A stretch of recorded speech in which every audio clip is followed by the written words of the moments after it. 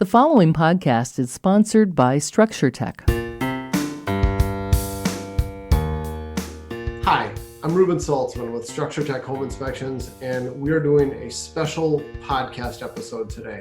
We're not having Tessa or Bill on the episode because I just wanted to have more of an intimate one-on-one conversation with Dr. Stephen Crawford. Stephen is our business coach here at Structure Tech. Stephen and I have been working together for many years, and we get together every week, and Stephen gives me a ton of advice. He is a very integral person with the entire hiring process here at Structure Tech, and I don't know where our business would be without all of his sage advice every single week. Throughout this COVID-19 thing, Stephen has been holding weekly huddles for his clients, part of the John Maxwell coaching team. Am I saying that right, Stephen? Yep, that's about right. Yep. Okay. And he's been having these weekly huddles for all of us. And today is Friday, May 29th, when we're recording this. Stephen changed that weekly huddle a little bit and made it, he shortened it, and it's really to talk about what's going on in Minnesota right now, in Minneapolis, with George Floyd.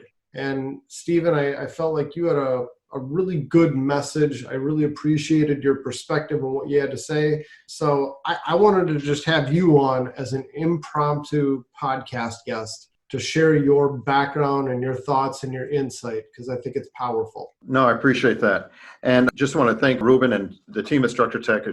They're incredible to work with, and just kind of a fantastic set of minds over there that are thinking about every part of what they do. And I believe that part of business is being socially conscious and socially aware of what it means to move things forward. The reason I do what I do is because I firmly believe that business is a force for good. And that'll go into a little bit of my story, because we're all a collection of stories, right? My origins, I hail from Chicago, Illinois, and I grew up on the South Side, where the events that took place, I've seen, witness over and over again. As a young kid, as a citizen, I shared with the group this morning that with me growing up, we were taught very clearly to avoid confrontations with law enforcement because we never knew what they would do. They're unpredictable. And we had a really interesting fear, and probably an unhealthy fear and reverence for law enforcement growing up where I grew up. I remember in high school, we went to Morgan Park High School, and they basically had, for the first time, they were installing an African-American principal. And there was probably about 100, 120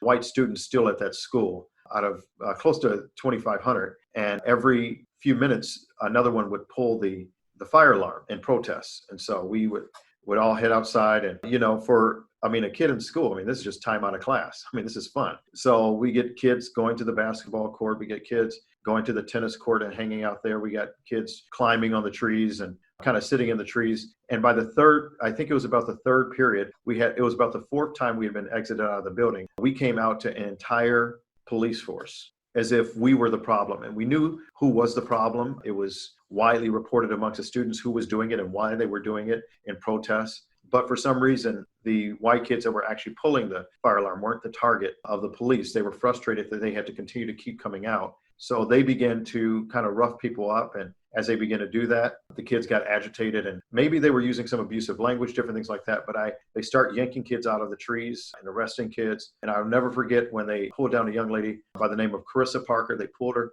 down, and one of them hit her in the forehead with his billy club. She was not moving. She looked unconscious. But rather than getting her medical attention, they threw her in the back of the paddy wagon with the rest of the people that they were taking down to the station. And we were let out of school. We went home. For some kids, it was just another day off, but it was a constant reminder. We weren't horrified. We weren't surprised by the actions of the police. This was considered normal, and the way we understood our relationship and the dynamic with the police. And that is so consistent with not just the city of Chicago, but many communities of color with the police. In 2018, there were over 1,300 killings due to the hands of the police. And in 2019, the same thing. There's been almost 500 so far this year, people that have been killed at the hands of the police. Many of these, mind you, are criminals, but over half of these are reported as unarmed people. And so I am shocked and frustrated about what happened with George Floyd. But when you've seen case after case of police brutality, and if there's no video camera, there's always a justification. Well, maybe they moved, maybe they attacked the police, maybe this, maybe that. It takes this type of footage to touch the consciousness of many people. And so I guess for many people in communities of color, we've known this, we've said this, and every time there's a situation, a lot of people of color will say, well, Black Lives Matter is not about other people's lives don't. It's the fact that many in the law enforcement community treat them as if they don't. They're dehumanizing, very much like you see the officers in this situation were willing to put their knees on the neck. And now they have video footage of the other side where there was still others on their knees in the back. This is a man constrained and yet treated like cattle, treated like an animal. And this whole dehumanization process from law enforcement to communities of color has been so consistent and so pervasive. It's just interesting that race and cultural issues is not something I talk about often. And so I'm not surprised that this happened. I'm more curious on why this is triggering communities, not just of color, but all over the country and all over the world internationally on kind of seeing the injustice of this. Because the only difference between this situation and hundreds of others just like it that happen every year is this one was caught on tape. And so I fear more than anything that we'll try to crucify these 4 cops as if they are anomalies, as if this is unique, and they'll get the maximum penalties. And I definitely believe that justice should be done. They should be dealt with. And this is a criminal offense and they should be criminalized for this and treated like criminals in this. But to crucify them and use that to appease our conscience as if it doesn't speak to a much larger problem between law enforcement and communities of color, I think would be a disservice. And so there has to be some type of conversation. And because I am fully committed to this idea that businesses should be a force for good, I think it is up to business leaders. I think it's up to leaders of all, whether it be faith leaders, community leaders, business leaders, that should be speaking up and starting conversations to eliminate the separation between the different ethnic hues that allow for the assumption of guilt whenever a person of color is either abused, arrested, or there's a presumption of guilt and there's a presumption of innocence by the dominant culture upon police and people of authority. And I think that's why so many people are shocked. There's this presumption of guilt by people of color and the presumption of innocence and peacekeeping and orderliness that is inferred directly to the law enforcement. This breaks with the narrative. And I think that's why it's so shocking to people. And so you talk about how it seems as though they may end up being crucified. If that didn't happen, what do you think would happen throughout the city? Well, I think people that are truly aware of the issues are not just outraged. They've been outraged for the long time, almost to the point where we're outraged of these things. We're used to police officers getting off after very clear evidence. In the Eric Garner case in New York, I mean, they choked the man out to death and he kept yelling, I can't breathe, and they continued to choke him. And he died, and it took 5 years and years of investigations before those officers were even released from duty. No criminal prosecution. And if any other citizen had done that, it would have been considered murder. I think this is different. I think the awareness in the national spotlight is of such that if they don't take this to trial and criminal prosecution take place, that we will be at a very, very different element. And people that are looting and causing fires, I think are different from the people that are out protesting.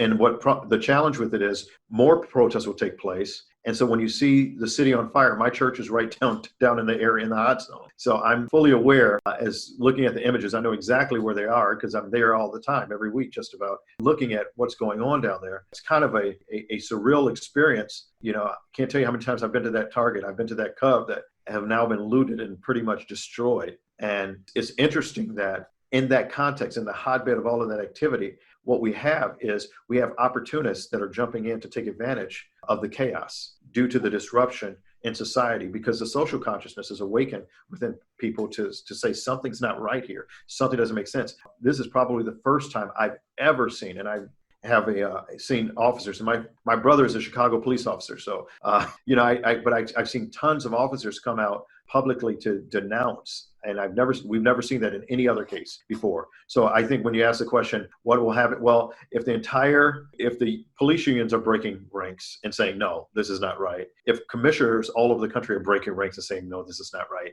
And then every police officer that's getting in front of a camera says, absolutely not, this is hideous. They're actually using the terms like this is murder. If something like that they were to be let off, I think the outrage would be of such that there would be no containing the amount of energy that would take place based upon that. But I'm fully convinced that they will face prosecution. I do have the concern, which is the concern that they positioned the state of Florida when Trayvon Martin was killed. Here's a young man just walking to his home from 7-Eleven, drinking his pop, and he's accosted by a man who had hopes for law enforcement, wasn't law enforcement, and he basically just began to harass him. Well, they ended up in a struggle, and he ended up killing the young man for walking in his own neighborhood. I mean, just makes no sense, senseless death. But the prosecutor charged him with first-degree murder, which you have to improve the intent for premeditated, willful taking of a life. And he was let off because the charges were too harsh. The jury convened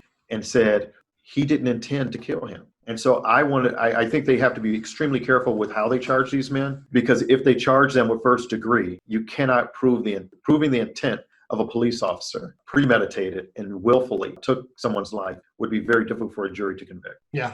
So I think there need to be some wisdom in how they approach this and how they charge this case. Well, that's a really good point you bring up, Stephen, because I've seen that repeated over and over, that the police are condemning this. And normally they're just silent, a silent wall. We don't know what happened. We weren't there. But that's the one thing that feels very different about all of this. Yeah. It's just pretty much universal. Everybody says this is absolutely wrong. So, Stephen, I guess just the last point, I want to be respectful of your time here. I know I snuck attacked you into doing this. No problem. What would your advice be to business leaders? And I mean, I'm asking you selfishly for myself, but for anybody else listening to this too, what would you say to them?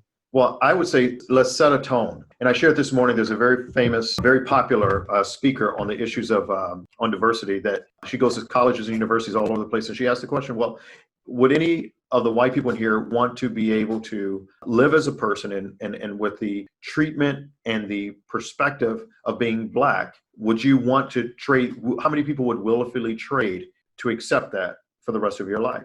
No one raised their hand. And then she says, no. I really want to be clear about this. I really want you to raise your hand. Let me know who would be willing to trade places with the treatment in Blacks of this country. And no one stood up, no one raised their hand. And she says, then that means you know what's going on and you're unwilling to do anything about it. And you're not only silent, but you actually deny the experience of African Americans as they claim they're treated differently within this society. Because if you wouldn't willfully embrace their treatment for the rest of your life, you know something is wrong. And so I would say that leaders have to set the tone. We have to communicate openly and honestly. I'm not a huge person to say, you go out and you just, regardless of qualifications, you hire people of color in order to make your organization more diverse. I don't believe in that. But I do believe that sometimes it takes extra effort to create stronger relationships with people from different cultures so that we don't become quick to presume. The reason I mentioned earlier that the prejudicial approach and the presumption of criminality within the African American community and the assumption of innocence on the side of the law enforcement, that's a prejudgment based upon lack of information. If I don't have enough information around people that are different from me, I grew up in Chicago, we didn't meet a lot of Asian people. So when I saw Asians, I related to Bruce Lee in the Chinese martial arts films that I would see on Saturday mornings. And so every Asian at that point was Chinese. Well, there's a lot of beautiful Asians that aren't Chinese. There's Filipino, there's Korean, there's Japanese, there's all types of Asians in different countries. And I can see the differences now because I have willfully engaged in Asian cultures. And I've been to India, I've been to China now, I've been to Kuala Lumpur and Malaysia, I've been to South Korea and Singapore. So now I've seen the world a little bit differently. And so I have a different perspective. And as I broaden my perspective, I see differences where I would ordinarily, my prejudice would cause me to uniformly put everybody in the same category. And I think until we start breaking the barriers and having conversations intentionally and strategically, and as leaders setting the tone that racism shouldn't be tolerated, but it's not the racism that's so dangerous because the overt races are rare and few. It's the subtleties of the prejudice that too quickly permits or turns a blind eye to some of the destructive forces and the instruments of hate and race that are used within many of these institutions, like law enforcement, and many times it's the political realm and different things like that. So being intentional about being that voice and setting the tone, and people respect, as leaders, people respect leaders. If you set a tone, it influences people's position and decisions all the time. And I think leaders have to be more aware of the influence they have and not say, that's not my fight. It's all of our fight. We're all a part of this together. Well, Stephen, thank you for this extra little coaching session that I tricked you into having with me personally. I'll be sharing this with everybody else that I possibly can, and I'll be following your advice internally at my own company. So I really appreciate it. Thanks for carving time out of your day to do this. Hey, my pleasure. And thanks for taking the leadership to add to the dialogue. I really appreciate that. Thank you. All right. Well, I'll talk to you very soon, Stephen. For more information on how we can provide you with the right information about your home before you buy or sell, contact us at structuretech.com.